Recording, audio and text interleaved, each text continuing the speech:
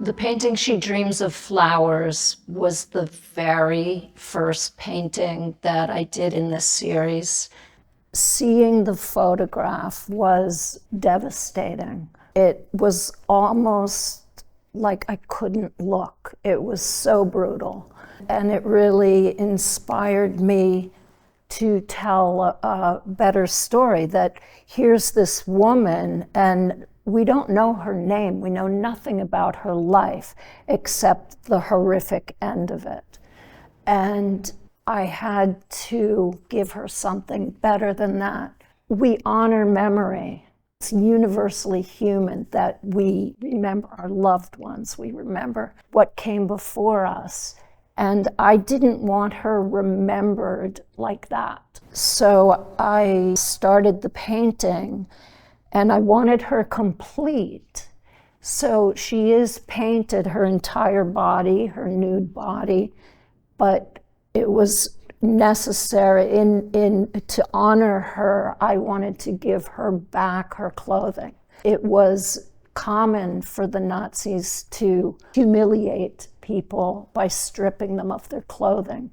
And there's a quote by a survivor saying that with your clothes on, you could be a doctor, you could be a professor, you could be a writer, an artist, but when you were stripped naked, you were nothing. This is one of the most harrowing photos and paintings, the exhibit, and one of the few where you have not a young girl, but a woman. This composition is, it's one of the, I'd say, most multi-layered in it. It starts out with this flute, tremolo, high flute tremolo, and then with that evil bass clarinet coming in. Could you comment on your inspiration for this? Yes. First of all, this was the very first composition I composed for this LEDI project. I couldn't resist this photo.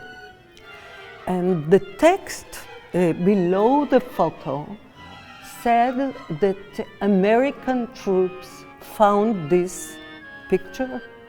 Now, in my mind, there was this horrible situation of this young woman surrounded by evil people, men, that point at her, don't help her. And the American troops that found the photo, an American painter, the idyllic American landscape. And what I put in my music was actually the combination of all American music. There is a melody.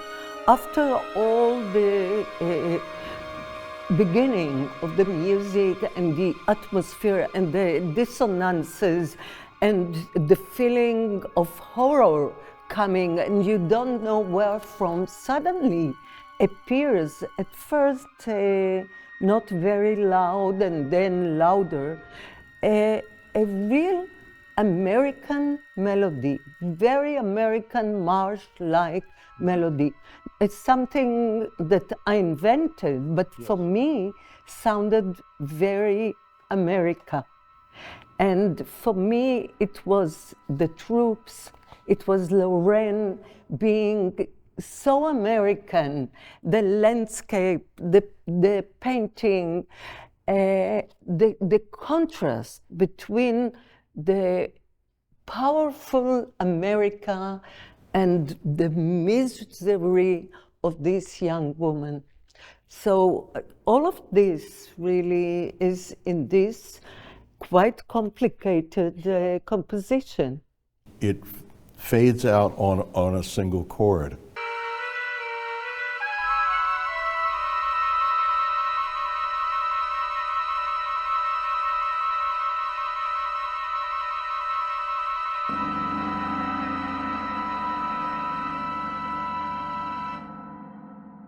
That goes into nothing, which looks like her face to me. The face in the painting and in the photograph has a sense of humiliation and bewilderment at what's going on to her. And interesting that Lauren gave her clothes. You know, that's the fantasy of where she's escaping to. And the harmonies, there's very complex dissonances in it. Yeah. Which is exactly, it's one of, as I said, it's one of the most harrowing photos and pieces in the collection. I used collage antique celestial maps in the sky, and they really symbolize time. They symbolize our connection to the world and our way of navigating and mapping. And I wanted her to have that. I wanted her to be connected to the world in a way that is logical, that the stars exist and the sun exists and the mythology of the cosmos exists. Because I imagine her world was so torn apart that there was no map. Nothing made sense. Just the abject horror. It must have felt like there was no map of anything. I wanted her to have flowers and more flowers, and then I wanted her to have an element of protection and continuity, and there's the yarn and the cat who's watching over her, and the thread of time that she won't be forgotten, and that we as humanity can apologize to her. Well, It's also said that you're not dead until you're forgotten. Right. And even though this woman is unknown by name, what we're doing with Lives Illuminated and Dreams Illuminated is that we're enabling this woman to live forever through remembering her in this fashion. I think you really have brought to light and to our minds something that is essential that we never forget.